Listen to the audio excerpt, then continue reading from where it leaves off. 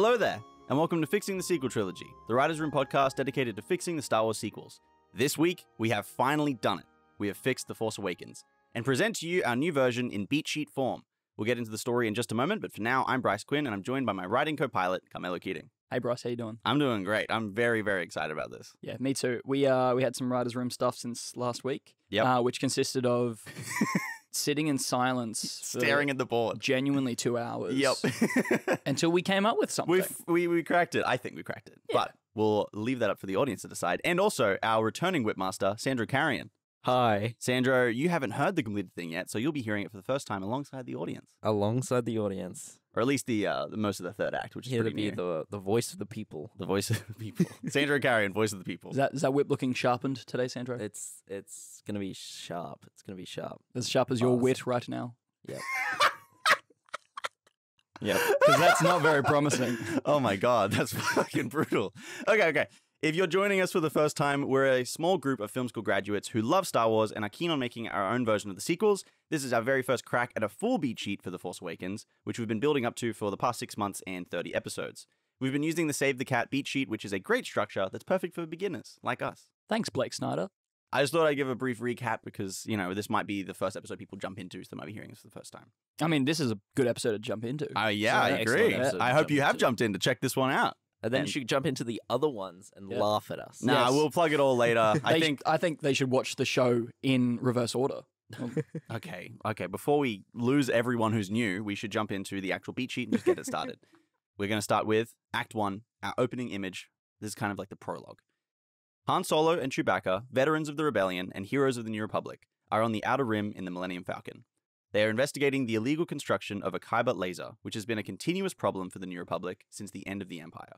However, the massive construction is a trap set by General Phasma, who has secretly built a much smaller scaled laser into her flagship Star Destroyer. Ooh, okay, cool. That's the setup. Nice. Worth noting at this point, because I like what you've done here with the descriptors. Yeah. Like, Han Solo, we know these people. It's kind of like a faux, crawl. Yes. Okay, maybe this is written in, maybe not. Worth noting just here right from the get-go, in case they're scared of the words Kyber laser. Yeah. It is outlawed. Yeah, it's an illegal thing. Yeah. Because, they've built it. The designs exist. Yes. It's been done. Now it's very much like if you've seen the film Oppenheimer. Yes. The tech exists now. In case you hadn't already noticed, this is a nuclear allegory. Yes. So. Yeah, absolutely. Yeah. Okay.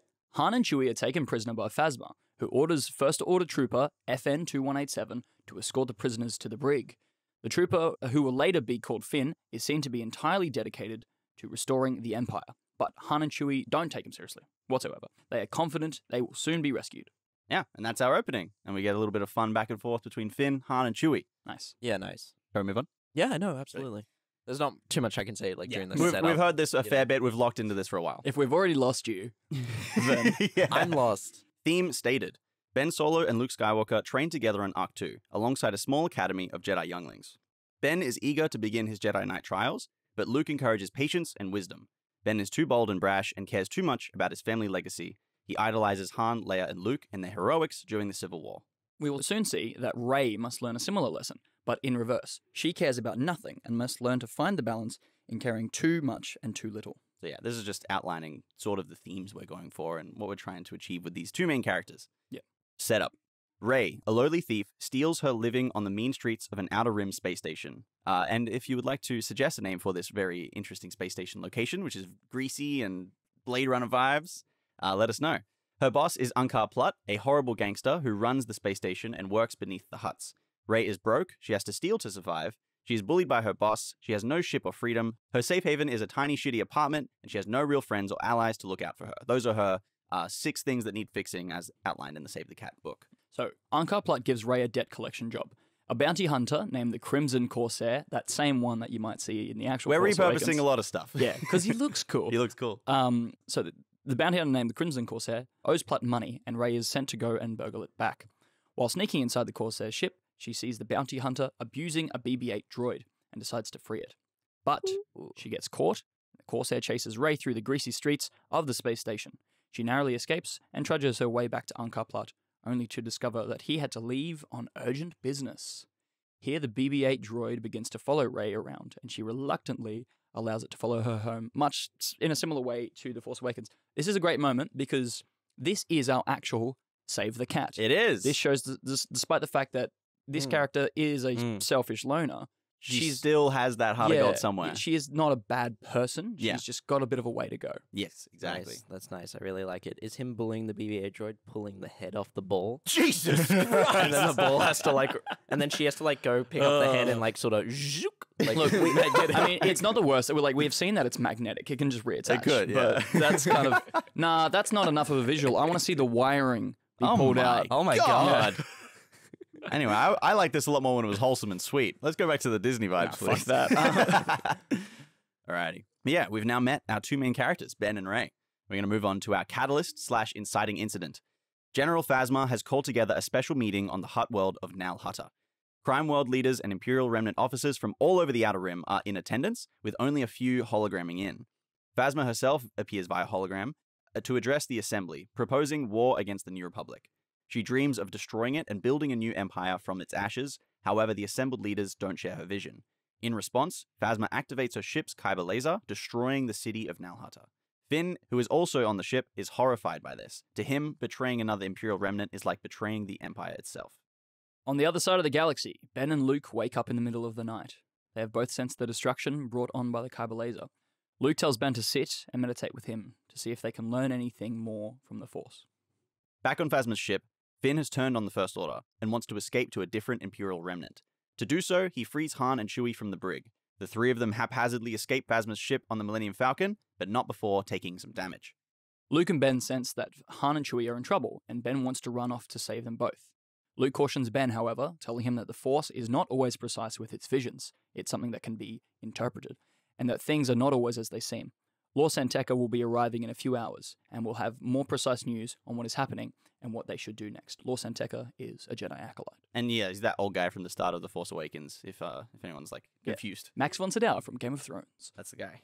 Phasma is enraged at Han and Chewie's escape. She puts out a bounty on the ship and its three occupants. When questioned by an officer about the tactical merit of this decision, she snaps and kills them. Nice. Classic villain moment. Yeah, it's good, and it's a bit of that, it's kind of the legacy of Vader sort of attitude going on. And we're getting to see that Phasma is a very vengeful and rage-driven person, and it's these personal vendettas are ultimately going to be her downfall, I think. What's her way of killing the officer? Good question. Yeah. I feel like we should set up the spear. Unique early on. Yeah. Yeah, she will. Just right through the chest. You know what I mean? Vlad the Impaler. Yeah, you know? Yeah. That or just the ship's full of airlocks, airlock chambers. It's just Darth pushes Vader him was through a door. So good because you could choke someone on screen. It's very family friendly, but still terrifying. It's very good. What if she just chokes him then? Just with her hand? Actually chokes him. Vader physically chokes somebody in the first movie. He does. Oh, he does He too. lifts someone off the ground and chokes. Hard to beat that. That's a bit of he still has the Force because not everyone can just lift someone off the ground and choke them, you know? I like that though This because is it's true. his cyborg strength, you know what I mean? Yeah. Yeah. This is robot strength. Alrighty, you're up, Mello. Cool. So we have our debate. On Arc 2, Ben Solo was trying to sneak onto the emergency transport shuttle. R2-D2 is waiting for him there, and Ben Solo argues with the grumpy droid. Ben needs to go and save his dad, and that's what he's going to do. His first stop is a bounty hunter named Maz Kanata, a contact of Han's on the Outer Rim who helped out the rebellion after the war. R2 gives up, and Ben flies away. In the distance, Luke watches sadly as he leaves. Now, this is interesting. Yeah, I'm not sure about this one. Yeah. Because I know you were very keen on not having Luke know that Ben was escaping. Have it be some kind of, secret thing. No, what I'm seeing here is it's the Empire Strikes Back moment. Yeah. Where it's okay, Yoda could have stopped Luke from Physically, leaving yeah, he could from have, yeah. Dagobah, but that's not what the point was. You know, he's not going to force him to stay there and do his training. It's look, if you want to go and do this thing, Yeah. you're going to do it alone. Yeah. It's the wrong thing. I've already told you not to do it. If you don't want to listen to me, you're going to suffer the consequences. Yeah. And that's kind of the exact same. Yeah. And I like that. It feels right, but I think we could probably do a bit more to sell it because we're very keen on doing Luke's character justice, Yeah. and we want to make sure this is the right thing. Yeah, to if put in the Luke scene. wakes up in the night sensing some shit moving in the Force and by the time he gets out there, Ben's already gone. Yeah. Something like that. Seen the ship gone. On the space station, BB-8 begins to light up with an incoming transmission. Ray is confused, but follows the droid to Maz Kanata's bar. Maz Kanata, a bounty handler, tells Ray about the job and the fact that her boss, Unkar Plutt, is dead. So Ray gets filled in on all the info here. The bounty puck is worth 1 million credits, and Ray sees it as her golden ticket to a new life. Maz also tells Ray the last known location of the Millennium Falcon, the planet of Takodana. Right. So Rey's gotten the bounty for Han, Chewie, and Finn here through BB-8, who is like a bounty droid sort of thing. Oh, okay. Because the Crimson Corsair has the droid. That's how he gets the there's a bounty. I got to go collect it from Maz Kanata. It's a pretty simple it's like a pager. Yeah, thing. right. So the BB-8 didn't belong to the Crimson Corsair. Oh, he did. Yeah. Oh, he did. Yeah. Okay. But So the Crimson Corsair was abusing him like he was like a pet dog. Sort of thing. oh, so Rey frees him. Yeah. Like, okay. I thought it was more of like I'm abusing you and I'm walking away kind of thing. Like I'm just. Picking Oh, up a sorry, I droid. wasn't clear earlier. No, it was the Crimson Corsair's droid. Yeah. Yeah, right. This copy. is interesting because it's like, so I kind of see Maz Kanata as this like a little bit of an anarchist with good intentions. Yeah. So Rey wanders in, obviously not the Crimson Corsair. Yeah. Maz would know that it's like this droid doesn't belong to her, and she's like, okay, radio. Well, Yeah. here you go. This might be fun. Let's do it. Yeah, let's see what happens. Yeah, I like Maz Kanata in this, just being like, I'll run with this. Why not? Yeah. As for the Falcon would get picked up by some sort of planetary sensors or something. Yeah, I was thinking that like on the way in, I think they crash landing on Takodana off screen. This is we're getting filled in through Rey. Is like, oh, there's like a ship. It sort of crashed, maybe on Takodana. Yeah. That's the last known location. Or like a YT model freighter, whatever class it was, Yeah, that's it. crash and Star Wars shit. Anyway, yeah. As Rey is thinking all of this over, Ben Solo arrives. He makes his way through the cantina looking for Maz Kanata. Sorry, that was a bit short. Then the Crimson Corsair bursts in, searching for his droid and the thief who stole it. Rey tries to escape, but gets caught in a bar brawl. Ben Solo steps in to save her, slicing through tables and blasters. Maz manages to pull them out of the fight into a private room, and Ben asks where his dad is. Rey reveals the bounty, and they have a tense moment in which Ben threatens to take it, but Maz helps them work it out. Rey needs a ship, and Ben needs the location, which Rey has. Rey reluctantly agrees to let Ben take Han and Chewie while she collects the bounty on Finn. Nice. You know what this fight is? Like, I've been thinking about this for ages, and then I've just dug into my subconscious, and you guys are going to hate it. It's the bar brawl from Indiana Jones and Kingdom of the Crystal Skull. The bar brawl. Which bar That's brawl? that in one Crystal with Skull? sorry? Oh wait, no, the no, one sorry. with Where they're in the diner? Yeah. And they've got the With his- greasers coming Get in? that greaser. Yeah. It's that. So like somebody, it's what those that classic bra brawl where it started bar brawl. Bra bra bra. Bar brawl. It's like classic bar brawl where it starts between two people. Yep. But Someone knocks someone's drink over. Yeah. Yeah. And these unrelated parties just all start swarming on each other. We've not had that. No, we in Star haven't Wars. done that in Star Wars. It's a fun little cliche. It's a classic thing. Yeah, and it's funny because they really could have had that in A New Hope. It could have gone. It very much could have. Everywhere. But a guy cut a guy's arm off, and everyone's like, fuck that. Yeah. I don't want to be part of this. Whereas there's no show of individual dominance in this. Yeah, Everyone's kind of an equal. It is tricky. If Ben does bust out the lightsaber, it changes the dynamic. So maybe he doesn't, I but think I don't know. at this point he's wiser, Mm. and it would make for a better reveal later. Yeah. If Rey's been traveling with a Jedi. I agree. Maybe we can cut the lightsaber stuff there. Yeah. Oh, sorry, was there a lightsaber? Yeah, I said he cuts through tables and blasters yeah. and stuff. But Yeah, because that might put an end to things. exactly, yeah. Anyway, so our break into Act 2. Luke waits as Lor San Tekka steps off his transport ship, and they catch each other up on everything that's happened. Luke then leaves Lor to take care of the younglings as he flies off with R2 towards Hosnian Prime and Leia. Leia Organa and Lando Calrissian are in an emergency Senate meeting where hundreds of galactic voices shout about the recent news of a kyber laser firing on the Outer Rim. Leia calls for an immediate rescue operation to save Han and Chewie, but Hux calls for all ships to be recalled to Hosnian Prime due to the imminent kyber laser threat. He also calls for the long-needed construction of a New Republic kyber laser. Leia responds by requesting a formal Senate debate to determine the path forward, to which Hux agrees. So we get a short Phantom Menace-style political scene. Yes. This one actually plays out more, I guess, like Attack of the Clones, because it's like, we need a clone army. Yeah. And Padme's like, no, we're not doing that. Absolutely, yeah. And Leia's very against kyber lasers for obvious reasons. Yeah. And I think this is fun also because it's like, even though obviously the prequels kind of shaped Padme to be a bit Leia-esque. Yeah. Especially in terms of like when she's got a blaster in hand, and we see that relationship there. We get to see Leia being a bit more Padme. Bit more Padme in the Senate now. Yeah. Yeah, it's very true. Yeah. Very true.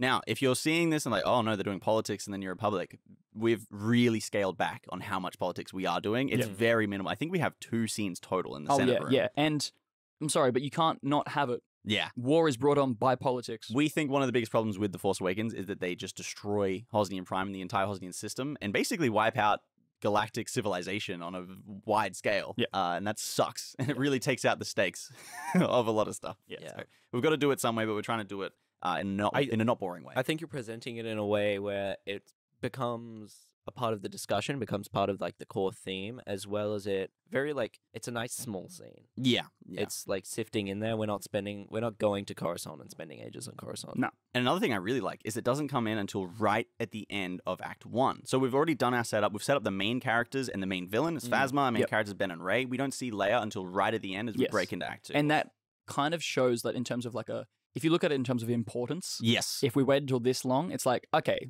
well, it can't be that important. Exactly. Yeah. Okay, we're really into Act 2 now. So, fun and games. So Ben and Rey get to know each other while traveling through hyperspace. Ben is cocky and charming, whilst Rey is cold and distrustful. And BB-8's just there. They arrive at Takodana and land at the spaceport there. The two hunt for Finn together, exploring the strange port city, eventually finding Finn trying to arrange transport with Imperial remnant soldiers. Ben and Rey try to get to Finn, but bounty hunters get there first, and a huge street fight breaks out. Trouble just follows them wherever they go. Here's our really fun Act 2 action scene. Yeah. Curious, what kind of ship does Ben steal? So I meant to put it in here. So Ben steals at the very start when he leaves Arc 2. There's a Jedi like transport shuttle. It's like an emergency transport if they need to get all the younglings off the planet. So it's probably like pretty roomy. Can probably house 30. Yeah. If you really want to ship. No. Big ship. Not comfortably. Yeah. If you really need to get everyone out of there, it's a small ship that's fast, but it can fit 30. Comfortably 10 to 15. I would say maybe like 5. Like the Falcon can house 30. Yeah. Not if you really wanted to, like sleep. stand them up. Yeah. Okay. Yeah. Sit on the ground if you want, but Yeah, right. It's not great. Ben and Rey manage to get Finn alone, and Rey is ready to take him prisoner. But Ben needs him to find Han and Chewie, and he promises Rey that he'll pay whatever money she wants after all this is done. Finn then leads them into the sewers to escape the chaos and get out of town. Yep. The important thing is here that Rey doesn't get to just hand in Finn. No. They need the 3 of them, like Ben needs the 3 of them to go to get like Han and Chewie. That's his big goal here. This raises an interesting question. Raises an interesting Good question.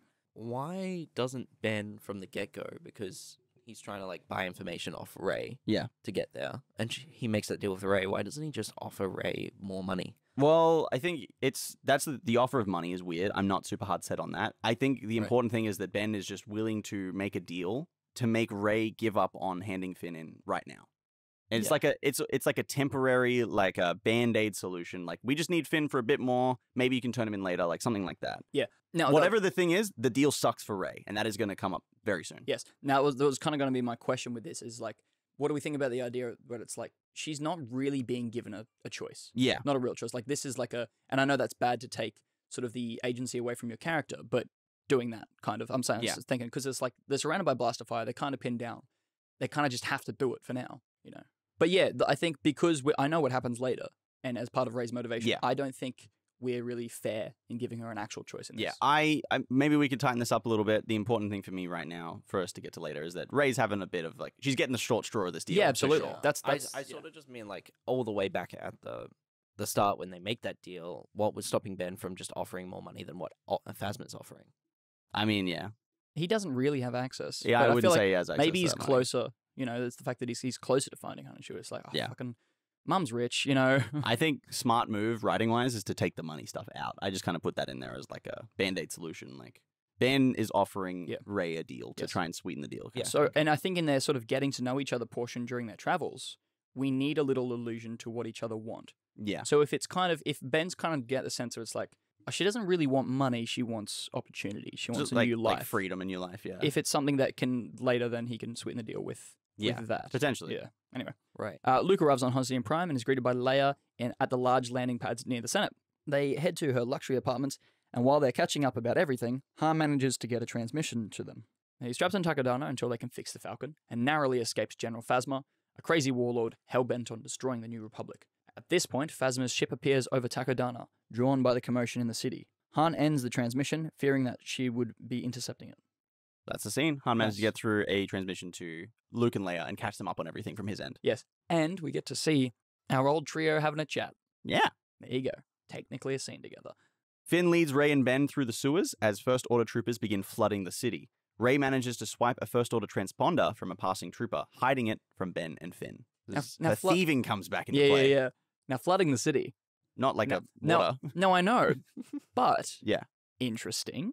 Why is that? Could be an interesting visual. What if this is like there's all sorts of canals and stuff like that. Okay. And they're just like They are just flooding the floodgates out, and they're just flooding the city, and just water starts to. Okay, well, I just meant that they're coming down from Phasma's ship. No, I know. If you wanna- I just like So the first visual I order got there. Have come down. Yeah. Finn gets a transponder. Ray gets the transponder. Oh, okay. Ray gets the transponder. Yeah. Interesting. She nicks one because it's clear she's not happy with the deal and how things are going for her, and she grabs the Yeah, transponder, we get a and it's little like, oh, she might call in Phasma. Shot of her lingering on the transponder and then Yeah. picking it up. Yeah. Okay.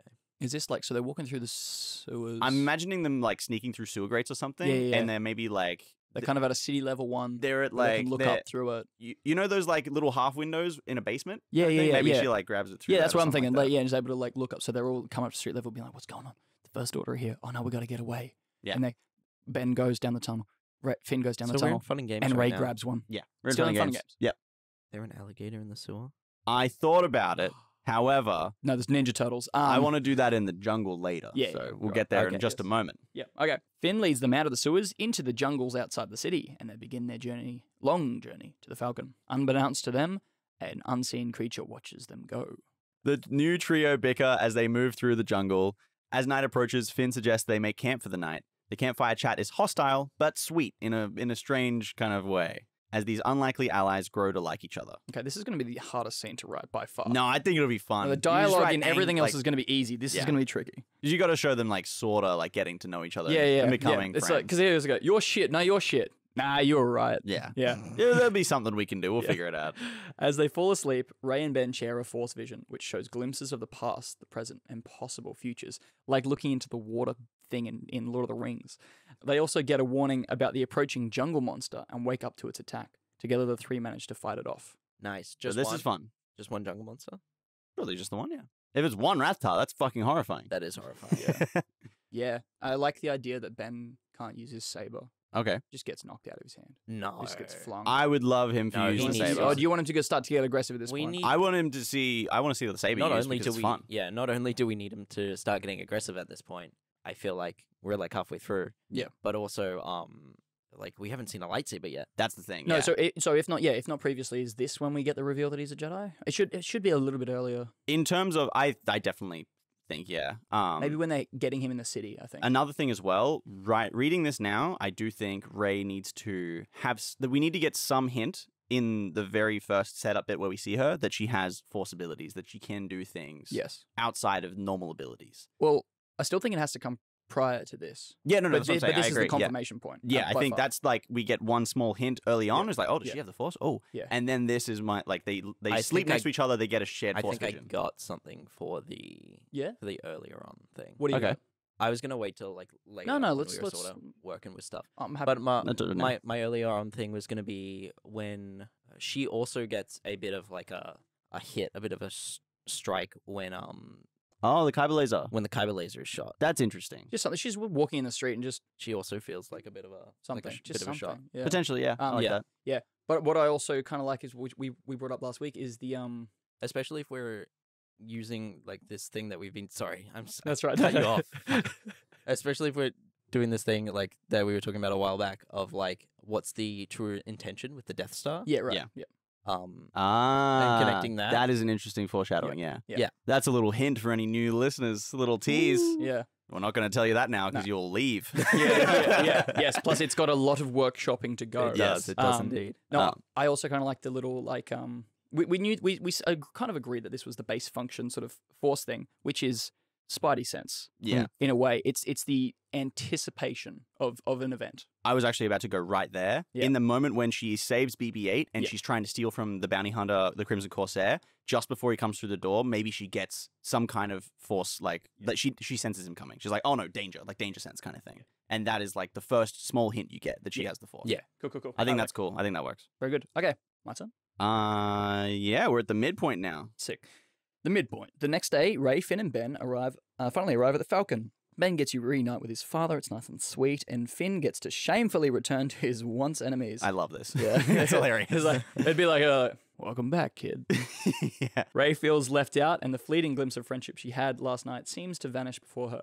Ooh. With the addition of a now non-existent bounty deal, Ray decides to use the transponder she stole earlier to call in Phasma. Yeah. Now, do we feel that makes Rey a bit too much of a villain? No, I think it's tricky. I do Yeah. think that is tricky because she is definitely acting antagonistic towards the other characters. I feel like we can sell it. I feel like it makes sense. And it's got to be like, what's the immediate conversation when they all get there? Ben's like, how you doing? It's like, okay, how's the Falcon work? We'll get out of it. We got to get back to Hosnian Prime. When he immediately goes in and it's like, and is talking to them, and Finn's involved too, because Finn's getting the great end of the deal here. Yeah. He does not want to go with Rey by any means. No, he doesn't get sold back to Phasma. He kind of wants to go with these people he doesn't like. Because at least he'll get a chance.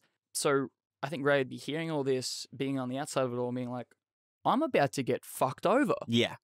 Fuck you all. And I think more than that, in terms of her personal character journey, what she needs is to embrace family and friendship and connection. But what she wants right now is to get money and freedom and get away from it all, right? And so when she's acting within the theme last night at the campfire, she's beginning to let down her walls. She's beginning to become friends with people. And she's like, maybe this could work. And then she gets to this point and we beat her down and punish her for that. And we show her that she's never going to have friends and family. And then she acts within the anti-theme. And I'm literally thinking of this visual of like, we walk in there and she sees them reuniting and it's like maybe and she doesn't know these people. No, but she's like, maybe like seeing Ben reunite with Han is like maybe like a little half smile and then just a bit of that smile fades away and it sinks and then she's like, oh, I'm alone. Exactly. Yeah, that's cool. Also, I think it's just whatever it is, it's important that we for the audience's sake, we make them empathize with her. Like you kind of get why she did what she did. It's still a bad thing. Yeah. And we don't forgive her for that. Yeah. But what's stopping her from just taking Finn? Right now? Yeah. Finn. We'll definitely have to do some work on dialogue and writing for this thing, but I think Finn getting to Han and Chewie saying to Rey, like, oh, well, let's sort something out with us. Like, let's maybe see if we can get Leia to pay you. When we go back to Hosnian Prime, we don't want Finn to be sent back to Phasma. And Finn's like, oh, you don't? Like, you want to help me? Why do you want to help me? And he's like, because you're a dumb kid who's wrong about stuff, but we still want to help you. But I also think they want to use him as well. And they probably do. Yeah, they probably could make some use from Finn as well. Yeah, it's like, look, kid, you want to see Phasma, like Phasma's throne toppled? New Republic's the only way they can do that, Exactly. Yeah. And I think they would have an interest in getting Finn out of this situation. And then Rey sees all of her goals like kind of fall apart. Like the bounty seems unattainable. And in that moment where she feels personally, internally saddened by the loss of friendship as well, she's like, fuck it, transponder, call in Phasma. Yeah. I still also want that sort of dialogue exchange where he's like, hey, listen, Solo. Did you just call me Solo? Yeah. I love that. Yeah. Okay. Phasma and her troops swarm the Falcon, capturing everyone, including Rey. Phasma says that Rey has shown cunning and a tactical mind to get everyone together with the ship, a feat no other bounty hunter managed to pull off. Phasma will put Rey in a re-education camp to make full use of her natural talent. Jesus. Our heroes are all taken prisoner. Yeah. Strange way of phrasing that. Yeah. She goes and she does one of those like, oh, this is like such an old villain thing. But she does the like, so with a finger under the chin, sort of like what Tarkin does to Leia. That's what I was thinking. Yeah. Because I was thinking, like, why would Rey be captured as well? Why wouldn't Phasma just give her the payment and then leave? Or just shoot her and kill her, Brilliant. So I thought that was like a funny little villain moment that we could do that. You've done well, Bounty Hunter. Yeah. You will become a valuable asset amongst my personal guard. Take her away. But she has no way of stopping Phasma. It's just her by herself. Yeah. And Rey's like, where's my bounty money? It's like, you have no power here. Yeah. You have no power here, Gandalf. Good lord. She turned the camera and said, this deal keeps getting worse and worse all the time. I'm altering the deal. Okay, the bad guys.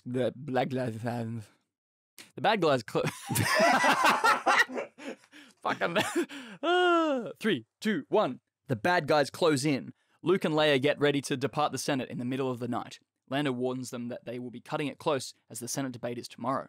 Luke and Leia agree that they need to save Han and Chewie, and probably Ben as well. Maybe we'll save Ben. But he did go rogue, that little shit. I forgot that. Was that how it sounded? My bad. They fly away from Hosnian Prime. And probably Ben as well. No, like... I meant they just assume Ben's in trouble. No, I know. I know exactly. But it's just like... That's very wordly... It's fun when the way we think things in our heads when we write them. Exactly. You should probably save Ben. No, we probably should save Ben as well. That's Leia's suggestion, and Luke's like, oh, I kind of want to punish him. He's got to learn his lesson here. Luke's like, well, he ran off. Motherfucker's still got 2 hands. I think he needs to lose one. Now, they fly away from Hosnian Prime. We cut back to Phasma, who's doing her villain speech. Phasma addresses her army, which has drastically increased in size. She details her plan. First, to draw out and kill the Jedi at Luke Skywalker, and second, to destroy the New Republic Senate on Hosnian Prime. Okay, my question is there a whiteboard big enough No, to show this is our classic, like, this is Hux in front of the Starkiller base laser kind of scene. I really do love that. It's like a fun scene. It's really impassioned and kind of terrifying. Yeah. And you get to really see visually just how big her army has gotten since the start of the film and since she fired the laser. Not that big, though. No. Not like nothing insurmountably crazy. big. But it's like it's a great, because it's a combination of all the visuals we've been building. Because, you know, we've established that it's like, yeah, this meeting of Imperial remnants is made up of Imperial remnants who look old because their armor's all crap, and, you know, Hutts and other known previously established underworld people. And now we get this hodgepodge military in this hangar or whatever, where it's like you see all these different factions and of just groups. whatever power Phasma has seized. Have they you know? re-armored them? Nah, they don't have that many resources. It's just like, you've got your guns, you've got your... Sorry that your armor's not as cool as our armor. Right. I would like to see that change in the next movie. In the next movie? when we've had a bit of time to build like a some dedicated armor. Yeah. Plus, they get some funding. We delve into that. Ooh. Hey, yeah. Yeah. My turn? More teasers. More teasers. Once again, trapped aboard Phasma's ship, Han tries to form an escape plan. He's been in this situation before. Yes. Ben is furious with Rey, but Han wants to give her a second chance. Oh, that's nice. He understands Rey and was once a lot like her. Yeah, no, that's cool. I like that. Yeah. So we do get the scene where Rey does betray most of the main characters and seems like, oh, she's pushing back against the plot. That's annoying. Yeah. Almost immediately after that, though, we get a scene where Han's like, hey, kid, I've been right where you are. You can turn yourself around. You don't have to pursue this bounty or whatever. Like, you don't have to do that. And we get a nice tender scene with Han there. Why do I feel like Han's dialogue's not going to be that hard to write? I feel like you're right. Yeah. You just say, hey, kid. Hey, kid. That's straight up. That's it. And it's not condescending. Start off with, hey, kid. You start the sentence. Every single line. See where that goes from there. They launch their escape plan just as Luke and Leia come to the rescue. So I feel like the Han and stuff succeed their escape, like to get out of the cells and stuff, just as Luke and Leia come in, kind of thing. It's like a meeting in the middle. All characters head to the hangar, but it's a trap. Phasma puts the ship on lockdown and her troops close in. Finn and Rey fight and sneak their way to the control room to open the blast doors, while Ben and Luke duel against Phasma. Just quickly on the trap thing, if we get the scene, the villain speech, and everyone's like, oh, we're super evil, first step, kill Luke Skywalker. Yep. In the next scene, it should be like, if she's trapped Ben Solo, who she knows is like the oldest Jedi Padawan, she would assume that Luke's coming. She would set up some kind of trap. I feel like that's a good that's setup for the scene. Yeah. Also, don't know why, in the midst of this chaos and this fight and whatever's going to ensue, I want to live little visual escalation where, because if, you know, Rey and Finn are in the control room and they're like closing doors, opening doors. Yeah. Can we have a stormtrooper try to run through a door, coat hanger himself because the door was lower than he thought?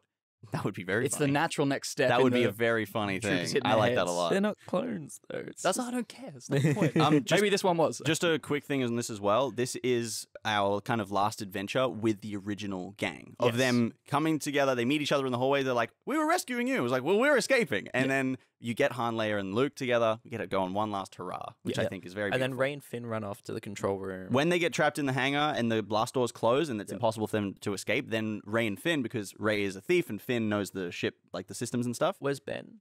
Ben is going to duel with Luke against Phasma with lightsabers. So Ben was initially with Han and Chewie. Yeah, cool. Which I think Luke and Ben can talk to each other Potentially. when they get on board. Like, rather than them running into each other, it's a bit more of like a, Oh, they use the Force to like find each other? where are you? I like that. That's cool. But yeah, so this is our like big action scene right before the low point. Ooh. Finn and Rey succeed in opening the blast doors. Sensing defeat drawing close, Phasma goes in for a lethal blow on Ben Solo, but Han leaps in to take the hit instead. The blast door now opens. Luke uses a huge force push to allow everyone to escape onto the Falcon. But yeah, so Han takes the lethal blow. Everyone escapes through the slightly open blast door from Phasma's ship. And now we have the Dark Night of the Soul, also called the low point. Han Solo dies aboard the Millennium Falcon, surrounded by friends and family. And Rey. Yeah, so we get a very, very sweet, tender scene. Han passes away on the Millennium Falcon, but he gets to say his like his dying words and stuff, and say he loves his family and all that kind of stuff, all the good stuff. A very sweet hero's death, I think. So Rey is overwhelmed with guilt, but Luke comforts her and tries to help her overcome her confusion and fear of the Force. Ben Solo is overwhelmed with grief, and he and Leia try their best to comfort each other and Chewie, and like in probably their most horrific moment in any of these stories. Yeah, pretty rough to go through. Yes, and the predominant visual feature of this whole bit is Chewie and Leia hug because Han's died. Because they love each other, and Chewie's important. Damn it! Yeah, they're like family. Yeah, shit, fucking Disney. And then Leia pulls out a medal to give him. Exactly. Yeah. But yeah, that's our Dark Night of the Soul. And I think most importantly here, I don't think there's anything Luke and Ben have to say to each other right now. No. There's just no time. But Rey, I think, is in a position where words from Luke could help. So Phasma now has is still on the ship, the Crazy Laser. The Crazy Laser. The Crazy Laser. Yes. Is that- Still on the ship, the Crazy Laser. And our heroes have escaped, heading towards Hosnian Prime. Yeah, Lovely. Prime, yeah. Okay, so Break into Act 3. Phasma, furious at her defeat, sets a course for Hosnian Prime. the Falcon arrives back on Hosnian Prime, and Leia and Luke head for the Senate, still hoping to make the debate and save the day. They leave Ben, Finn, Rey, and Chewie on the Falcon. Left alone by Luke and Leia, the trio share a tense moment on the Falcon, not sure where they all stand. They have to kind of have their let's make up. They have a moment here, but it's strange because Ben's just lost his dad, and in a way he blames himself, but in a way he also blames Rey. Yeah. And then Finn just wants to get away from Finn's all of this. caught in the middle. He's just caught in the middle. They won't let him leave. And they won't let him leave. No. As Luke and Leia appear before the Senate and begin to make their case, this is still the earliest thing that was set up in the Senate where they're trying to still keep kyber lasers illegal and send an offensive attack towards Phasma. Hux reveals that he has been in contact with General Phasma, who is now on her way to Hosnian Prime. In Hux's eyes, Luke and Leia broke several laws by involving themselves in the conflict and have jeopardized galactic peace. Okay, Act 3. Assemble the team. As Phasma arrives on Hosnian... Is this only the start of Act 3?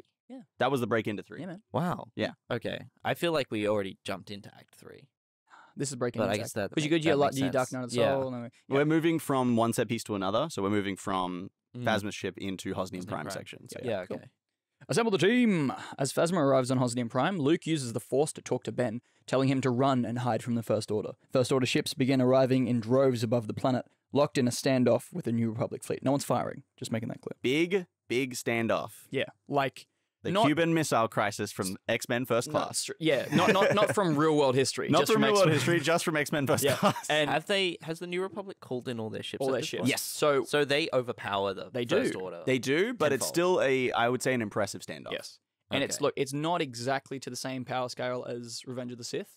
It's definitely not like the Battle of Coruscant in Revenge of the Sith. No, but similar. But it definitely evokes similar imagery, just no one's firing. Yes. It's just a big standoff. Yeah, what does that battle look like before the lasers start Yeah. firing? Because that's what this is. My only thing is at this current point, Phasma hasn't rallied all her forces from those Imperial remnants yet. We have. That's why we had the we've villain that scene earlier. scene. Yeah, that's what that. To show how big her army's gotten. Yeah. So the size of the army there in that scene is how big it's going to be in this Yeah. scene. Okay. Okay. So yeah, just to refresh, Luke uses the Force to warn Ben about the First Order, who are coming to arrest him in particular. Because Phasma wants her prisoners back. That's kind of her gambit here. She's been in touch with Hux in the Senate, Yes. and Hux is like, "Oh, well, it seems like they've broken a bunch of laws." yeah. Like we've openly been attacked by these, New Republic senators and Jedi. Yeah, Hux is like, that's really bad for us and keeping the peace. I'm going to invite Phasma here and try and broker a peace deal kind of thing. Okay. And he's, also antagonistic towards Leia and Luke. How so much it of the benefits Senate's him. buying this? I feel like probably even split. Even split? Yeah. Okay. Yeah, whoever doesn't like the Jedi, you know what I mean? Yeah. We can set that up I, earlier. as I well. can see like argument for the people that don't like the Jedi, but also like there's the undeniable huge argument that Phasma's the one with the giant kyber laser. Yeah. And that's I think the main topic. Yes, and it's like it's a bit of a okay. And so we're talking about like breaking a bunch of laws, but Phasma's there with the giant kyber laser, which I think is That probably is the biggest, illegal. the biggest law break Yeah, of them all. But to me, it's the question of like, okay, do you have negotiation power when only one person has a gun, or do you say to that person, "We're stronger in number, even if we don't have weapons, we'll take you down"? I think it's very much like, let's say Russia had the one nuke. Yeah.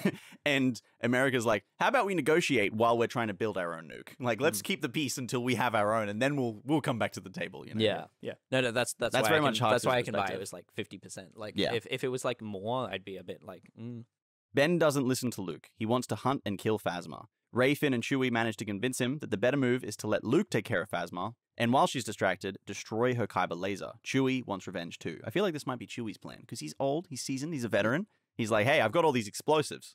Also, by this point, I feel like I want to say that Finn's not begrudgingly willing to go on board the Imperial ship again. Yeah. By this point, I think he's like, I think Let's he's fucking- more than happy to let's- do a plan that takes out the kyber laser, yeah, for yeah, sure. yeah. Let's take him down. Let's get me out of this. And they might guilt Rey into it and be like, you owe us. Potentially. Be like, There's got to be something more there, though. potentially, yeah. Yeah, Ray's. so did they succeed in key moment for Rey. convincing Ben? Yeah. Oh, okay. As Phasma disembarks from her transport and heads into the Senate, the trio and Chewie sneak across the landing platforms. They take out the guards and steal their suits and ship, flying it right back up to Phasma's flagship in orbit. Chewie gives them explosives, but stays behind with the Falcon. Okay, execute the plan. In the Senate, Phasma faces down with Luke and Leia, each side arguing more and more aggressively. Above on Phasma's flagship, the trio execute their plan, sneaking their way through the ship and into the control terminal. They plant the explosives undetected. And I forgot to write this in, but I feel like the main engine of the ship should be right next to the kyber laser firing terminal, just for a later thing. Yeah, that's fine. Built right into next. We can get some sci-fi engineer on this. Exactly. Yeah. All right. Wait a minute. No, that can make sense. Okay, think about this for a sec. You have nuclear powered subs. Yeah. That also carry nukes. Ah, I mean, yeah, that makes sense. Kyber power. Kyber powered ship that also fires kyber laser. I don't tell hate me it's stupid. I don't think that's bad. Listeners, because I've just scienced it. And now we have our high tower surprise. Before they leave, Finn tells them they should sound the evacuation, as the laser's destruction could cause a chain reaction that takes down the whole ship. And Finn doesn't want everyone on the ship to die. I like that moment where, and I think Rey and Ben are also like, they take a moment, but they're like, that's fair. No one. If they're all like you, they don't deserve to die for this. Exactly. Yeah. The trio hit the alarm and run for their lives back to the hangar. Phasma is alerted via comms of the evacuation and orders the kyber laser be fired on the New Republic fleet. A fight then breaks out in the Senate chamber, First Order troopers firing at everyone. So she can't fire on the Senate, obviously. So she's doing the next best thing. She's like, fire on the fleet. And yeah, just... She's doing that whilst in the Senate chamber? In the Senate chamber, yeah. Yeah, she's like, yep, time to battle kind of thing, Okay, great. She's throwing her gambit out. So is she shooting people in the Senate chamber? Yeah. No, she gets this notification. She'd turn away from the Senate for a moment. She's like, what? Fire on the flagship. Turns back to the Senate. It's like, you've deceived me. Yeah. I have been betrayed. Yeah. There will be no peace. Yes. Blah, blah, blah, blah, blah, blah. Exactly. Yeah. And now, above... And she's like Tarantino in that cinema scene in Inglourious Bastards. She's just in the No, maybe not as much. I think she'd only fire towards... Firing down. She's shooting at Luke. Yeah. First and foremost. Right. Now, above the Senate, the laser fires, destroying countless New Republic ships orbiting above Hosnian Prime. Whoa. The laser firing also detonates the explosive, causing the ship to begin falling apart. Explodes from the inside. Yeah. So the whole ship sort of just... No. It begins to start exploding because our main characters are still there and they need to get out.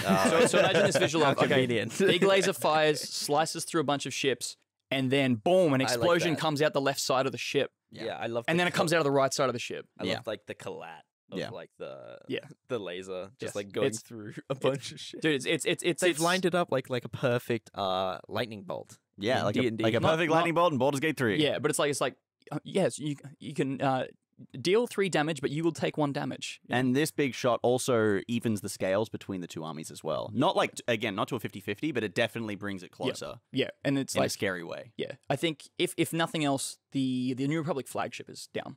Phasma leaves the skirmish behind, heading for the landing pads and an escape back to her ship. Luke follows her, and they battle their way up the landing pads. At this point, Phasma is still trying to get back to her ship to get on it. The one that's exploding? Yes, because it's not an obvious, the ship hasn't just gone, exploded right into dust. She's heading back for it because she wants to fire the laser on Hosnian Prime. Gotcha. That's her, backup plan. The trio dash madly to the hangar, this is back on Phasma's ship, and scramble into the stolen transport ship. As they do, an explosion rocks the hangar, launching the ship into space. Ben and Finn are knocked unconscious. There's something here. This one's tricky. Yeah, this is very tricky. And when we were writing it, I was like, I'm just trying to play within my head. So the ship's already in air, in orbit. Yep. So they're getting on a small shuttle so they can get off the ship. Yeah, the shuttle that they flew in on. They're stealing that back. And then an explosion hits the hangar. As the ship is falling to pieces, an explosion rocks the hangar, and then they get launched out into space. Oh, the shuttle that they're on. Oh, okay. Yeah. Coffee. Yeah, okay. They're not unconscious being launched like Leia, Space Princess. No, I had a completely completely different visual. Yeah. So the way that was written. So, wait, read it out one more time. Sorry. As they do, an explosion rocks the hangar, launching the ship into space. Ben and Finn are knocked unconscious. When you say an explosion hits the hangar, launching the ship into space. Oh, launching Phasma's ship. I thought it hits the hangar and it pushes Phasma's whole ship. No. Hold on. Whoa. Can you imagine if kyber lasers had recoil? Yeah. Like a gun? Oh, God. Oh, and it spins? It spins. Okay. Just spinning. Boom. Whoa. All right, we have a fair bit more to go, Mello. So the Death Star's so sturdy. What's crucial here is that they're currently on a ship floating in space. Rey can't pilot. She's the only one conscious. The other two are knocked out. Yeah. Oh, no. Phasma looks up and sees her kyber laser explode. Her hopes of destroying the Senator are gone, but she could still destroy the Jedi. All right, dig down deep.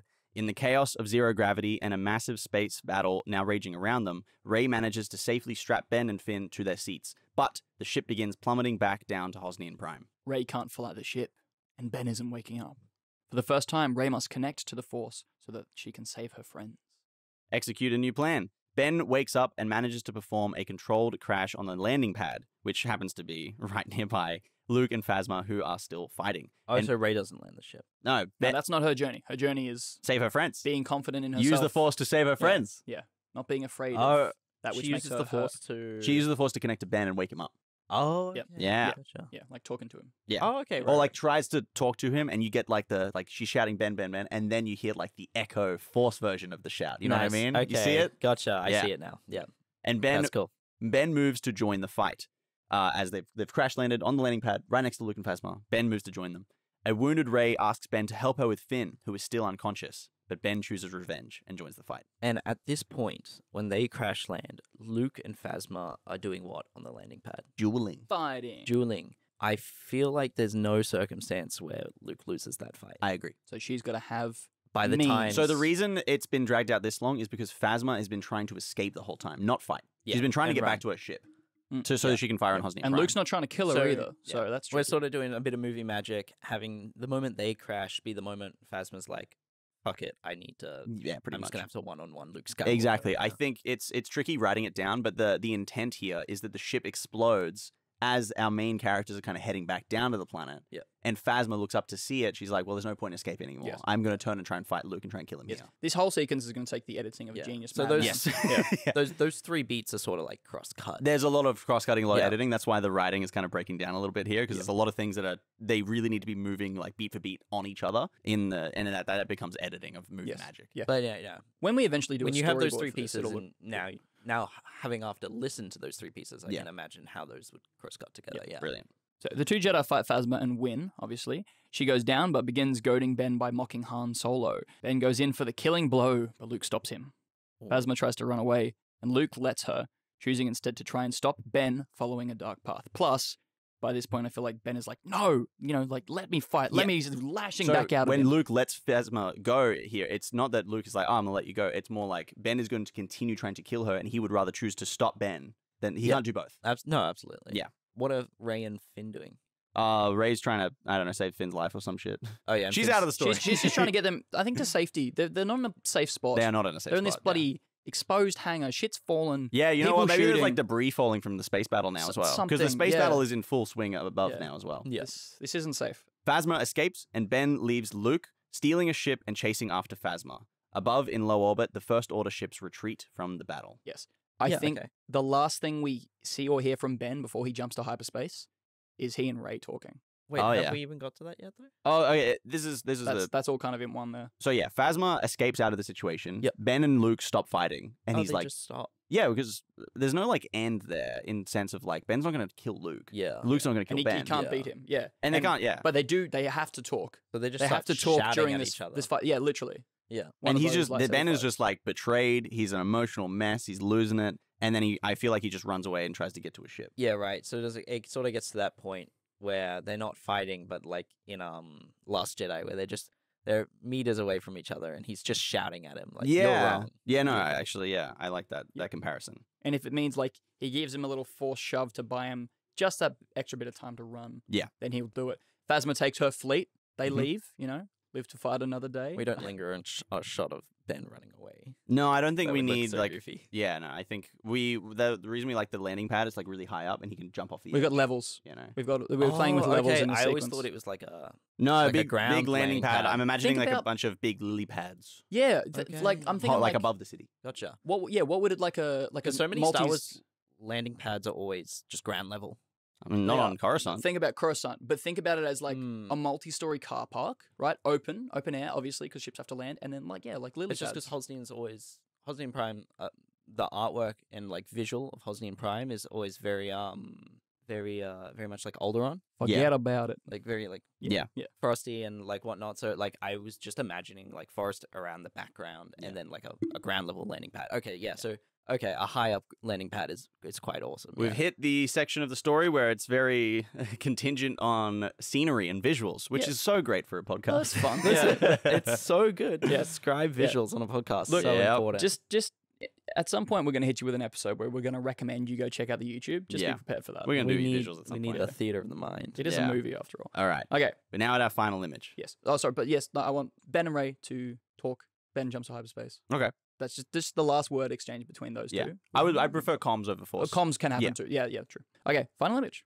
At Han Solo's funeral aboard the Mon Calamari ship, the Radis, Rey says she wants to train with Luke to use the Force and help him find Ben. Our final image is of the newly formed Resistance, a fleet of ships and fighters dedicated to ending the Kyber War, led by Leia Organa. Yeah, and I kind of had this, whether or not we still want to run with this moment, but I'd penned this bit where it's like Rey and Finn kind of reunite in silence, because Star Wars always ends without dialogue, and they kind of just smile, hold hands, look out to the stars, and we see this fleet. Yeah, big fleet. Big Resistance fleet. Like that. I like it. I really like it. You say, like, conversation through the Force. You say through the comms. I prefer comms. I feel like I prefer, just because of dyad foreshadowing, I prefer through the Force, but no dialogue.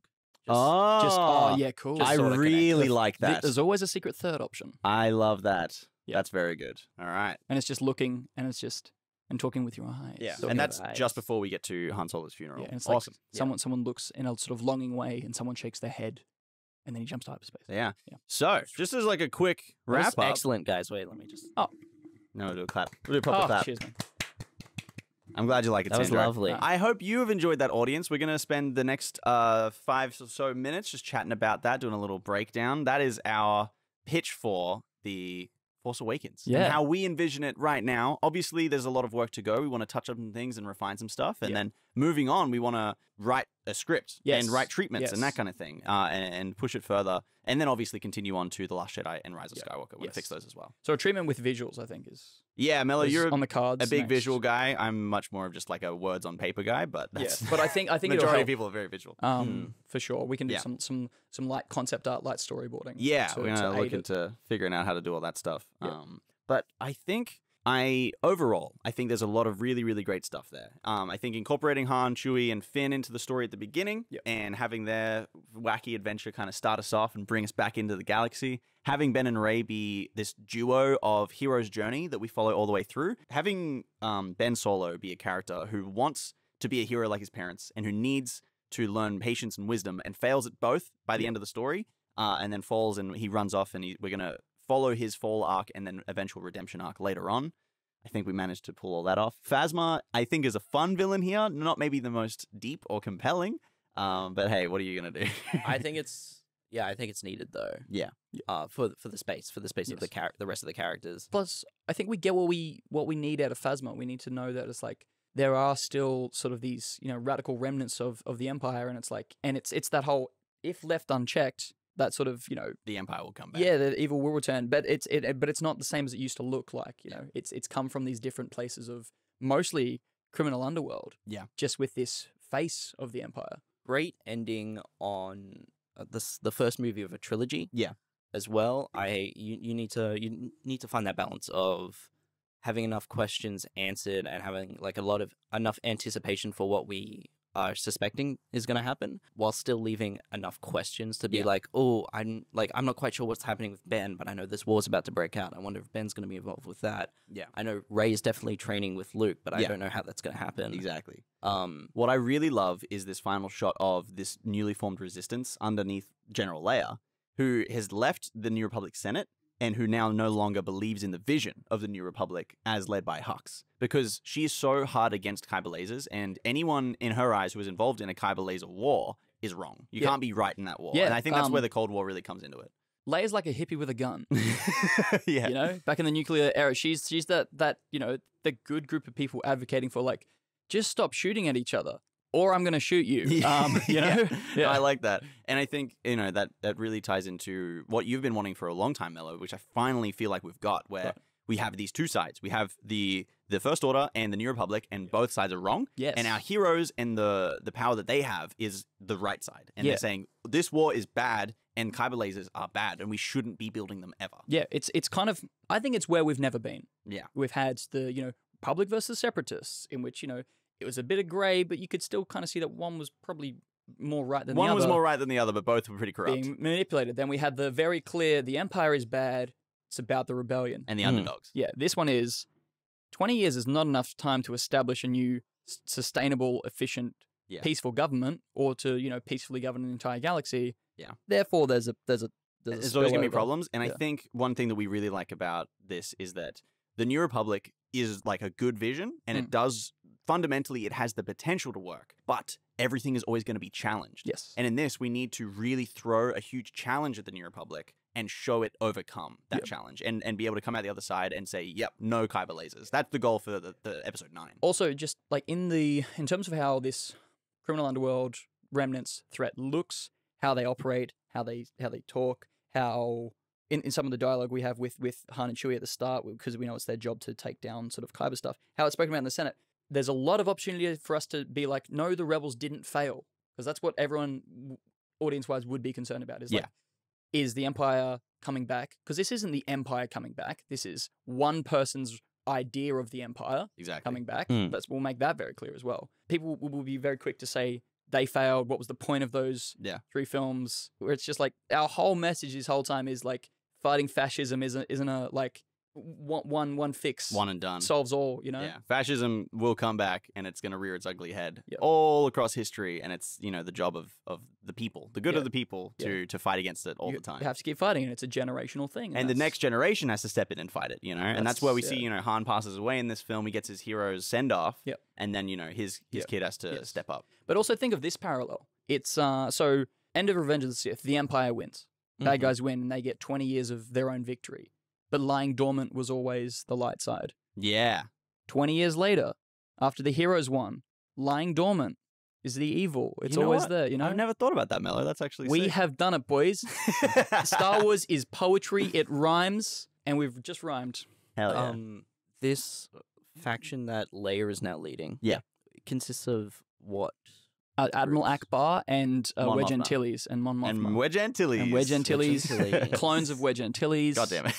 Like 6 of them. Just like the old guard from the Rebellion, I think. Yeah, right. That's who I had in mind. The old anyway. guard and their kids. And their kids, yeah, who we might see in the next film. There's a main character, mayhaps. Poe Dameron. I don't know. Yeah, but like Let's from If we fully want to bring in Poe cut Dameron, Poe. there's the potential there. next movie is definitely that opportunity. It was good to cut Poe. Okay, It was there's, good to cut Poe. there's one thing. What's There's one thing, I Mello? have to raise. We Oh, can't yes. not talk about it. Ben Solo's key motivation is to be a hero. Oh yes. To be a hero like the generation before him, like his dad, his mum, his uncle, and Chewie. Probably Chewie. also just his uncle as well. Yeah. He'd be Uncle Chewie. He wants to be a hero like them. I don't think that he can't know about Vader and Anakin. Yeah. Bryce thinks he should I have known disagree. about Vader and I Anakin. think it's much more dramatically interesting to reveal to Ben that his granddad is Darth Vader, and in the same film, reveal to Rey that she is a Force clone of Palpatine. That's right. That's right, baby. Clone?